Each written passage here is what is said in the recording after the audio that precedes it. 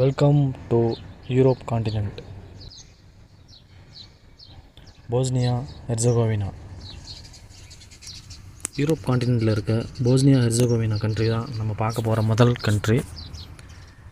இதோட ரீஜன் பார்த்திங்கன்னா அமைஞ்சிருக்கிற இடம் சவுத் ஈஸ்ட் யூரோப்பில் அமைஞ்சிருக்கு.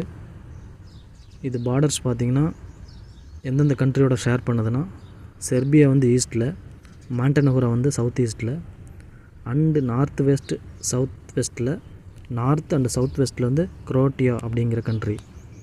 இந்த 4 கண்ட்ரி வந்து இந்த போஸ்னியா வந்து லேண்ட் பார்டரோட ஷேர் பண்ணுது.